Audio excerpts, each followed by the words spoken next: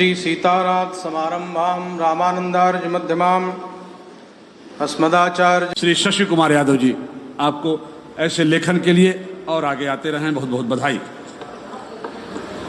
और इसके पश्चात आज की श्रद्धांजलि सभा में विभिन्न शैक्षिक निवेदन के साथ, इस प्रार्थना के साथ कि समय कम है, वक्ताओं की संख्या बहुत ज़्यादा है, इसलिए सबको एकोमोडेट करने के लिए आपसे ही निवेदन है कि बहुत कम समय लें। श्रद्धांजलि स्वरूप, अपनी भावनांजलि स्वरूप गागर में सागर भरते हुए कम शब्दों में आप श्रद्धांजलि व्यक्त करें। सर्वप्रथम मैं आमंत्रित करता हूं विश्व हिंदू परिषद के माननीय संगठन मंत्री श्री परमेश्वर कुमार जी, प्रांत संगठन मंत्री श्री परमेश्वर कुमार जी।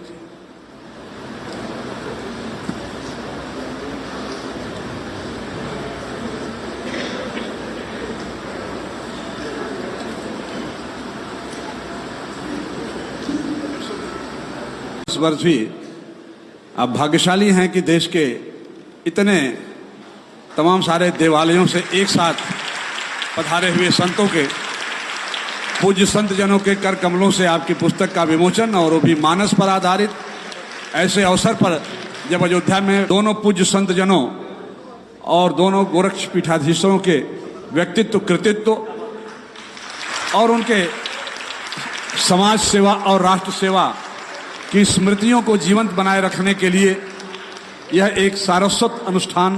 पूज्य स्वामी वासुदेवाचार्य जी महाराज, दिगंबर अखाड़ा अवख्यात पधारे पूज्य महंत सुरेशदास जी महाराज, रोहतक हरियाणा से पधारे कार्य भी कर रहे हैं।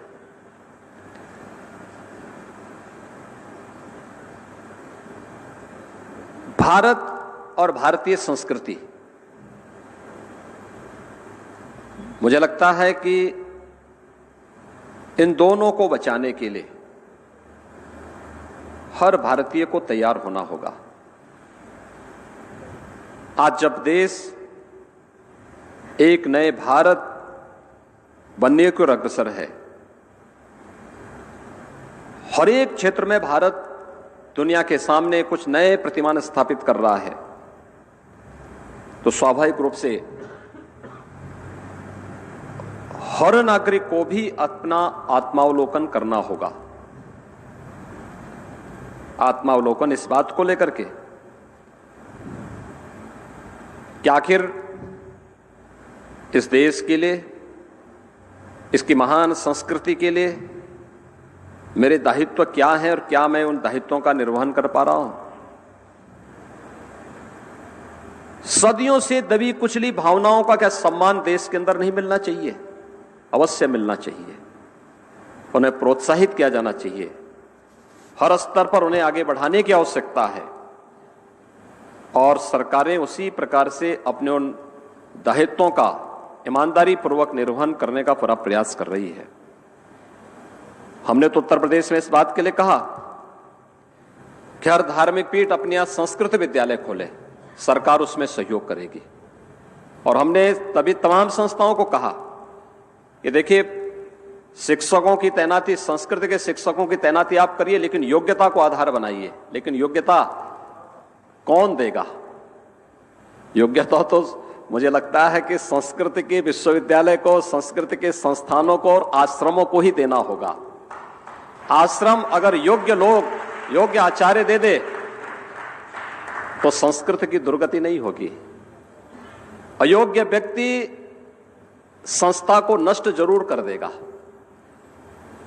और मुझे लगता है कि उसके आने से संस्कृत की और भी दुर्गति होनी है, और संस्कृत की ही नहीं, संस्कृति की भी और भी दुर्गति होगी।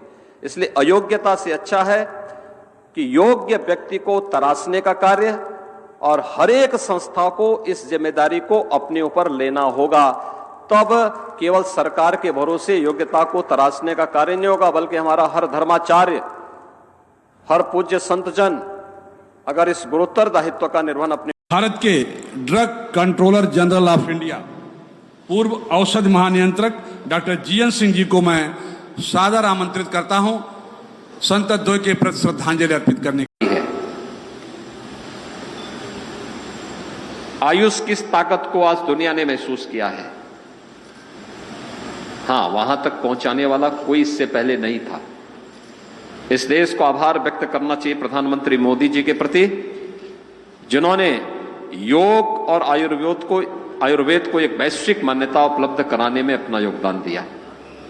आज 21 जून की तिथि विश्व योग दिवस के रूप में मनाई जा रही है। योग हजारों वर्षों की विरासत है, लेकिन योग संस्थान गोरखपीठ में पहले से चलता है। ये मूलतः योग पीठ है। कोरोना महामारी के दौरान आपने देखा होगा कैसे कोरोना महामारी के दौरान आयुष काढ़ा, आयुष कवच, आयुर्वेद से जुड़े हुए वे तमाम नुस्खे जो व्यक्ति की प्रतिरोधक क्षमता को बढ़ाने की ताकत रखते हैं, रोग से लड़ने की ताकत पैदा करते हैं, इन सभी को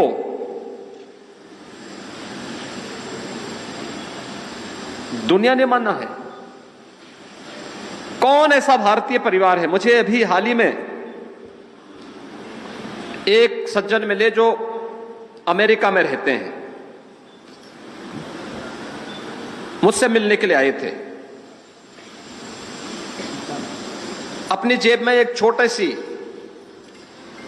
एक ड्रॉप रखे हुए थे। तो जैसे उनके लिए कोई पेय आया, पहले पानी आया तो उन्होंने उसमें 2 ड्रॉप डाली।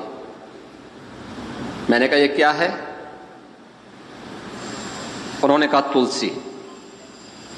तो मैंने कहा क्या अमेरिका से आप लेके आए हैं?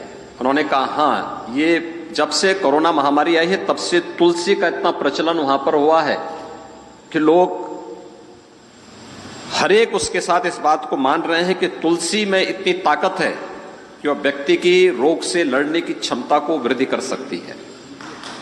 देखिए, तुलसी का पूजन कौन, भारत का सनातन धर्म का ऐसा, यानी हनुमान जी जब लंका में जाते हैं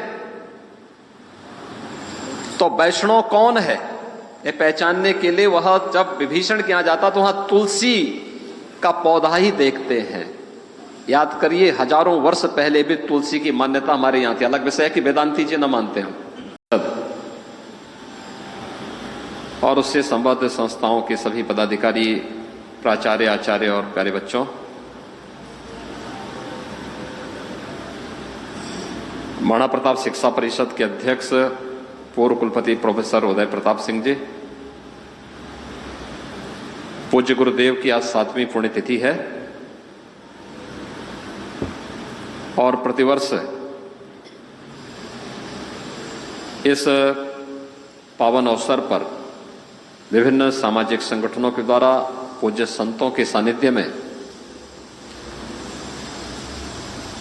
उन्हें यहां पर श्रद्धांजलि अर्पित की जाती है। हम सब जानते हैं कि श्रद्धांजलि का हेतु वैसे भी अपने उन पूर्वजों के प्रति श्रद्धा व्यक्त करने के साथ साथ उनके आदर्शों से, उनके उस विराट व्यक्तित्व और कृतित्व से हम कुछ प्रेरणा प्राप्त कर सकें, कुछ प्रकाश प्राप्त कर सकें, इस हेतु होता है। और यही कारण रहा है। यह हमारा तो सौभाग्य है कि सनातन हिंदू धर्म में ये जो पक्ष है ये पितरों को समर्पित होता है, श्राद्ध का पक्ष माना जाता है। और इसी पक्ष में गोरखपीठ के आचार्य द्वय ने अपने भौतिक शरीर को छोड़ करके अपने व्यक्तित्व और कृतित्व से न केवल गोरखपीठ के लिए, गोरखपुर के लिए, पूर्वी उत्तर प्रदेश के लिए, बल्कि संपूर्ण योगी समाज के लिए, हिंदू समाज के लिए, सनातन धर्म के सामने उन्होंने कुछ मूल्यों, कुछ आदर्शों की स्थापना की थी। उन्हीं को स्मरण करने के लिए प्रतिवर्ष गोरखपीठ की ओर से आयोजन यहां पर प्रतिवर्ष होता है। अगर इस गुरुतर दायित्व का निर्वहन अपने ऊपर कर ले तो मुझे लगता है कि संस्कृत और संस्कृति दोनों की भी रक्षा होगी, गोरक्षा भी होगी। दूध हम पिएंगे और गौ माता को सड़कों पर छोड़ देंगे, इससे गोरक्षा नहीं होगी। सरकार सहयोग कर रही है। सरकार ने 3 प्रकार की व्यवस्थाएं वर्तमान में संचालित की हैं। निराश्रित गौ आश्रय स्थल की 6 लाख गौवंश है उसमें, जिसमें सरकार उनके रहने खाने सारी व्यवस्था कर रही है। दूसरा, गोवंश की सेवा के लिए सहभागिता योजना। सहभागिता योजना के अंतर्गत अगर कोई किसान अपने घर में 4 गोवंश को रखेगा उन निराश्रित गौ आश्रय स्थल का, तो हर गाय का हर महीने 900 रुपए सरकार उसको उपलब्ध कराएगी। यानी 4 गाय का 3600 रुपए हर महीने उस किसान को केवल सरकार की तरफ से मिली। गौ सेवा का पुण्य भी मिलेगा और साथ साथ 3600 रुपए हर महीने उस परिवार को प्राप्त होंगे। दूध उसका होगा, सब कुछ उसका होगा। और तीसरा, हम लोगों ने व्यवस्था चलाई है कुपोषित माताओं के लिए, कुपोषित बच्चों के लिए, कि निराश्रित गौ आश्रय स्थल से एक गाय उन परिवारों को देकर के हर गाय का पालन पोषण के लिए भी 900 रुपए हर महीने हम उस परिवार को देंगे। और यह व्यवस्था प्रदेश के अंदर जिन लोगों ने अपनाई है वहां पर यह व्यवस्था चल रही है।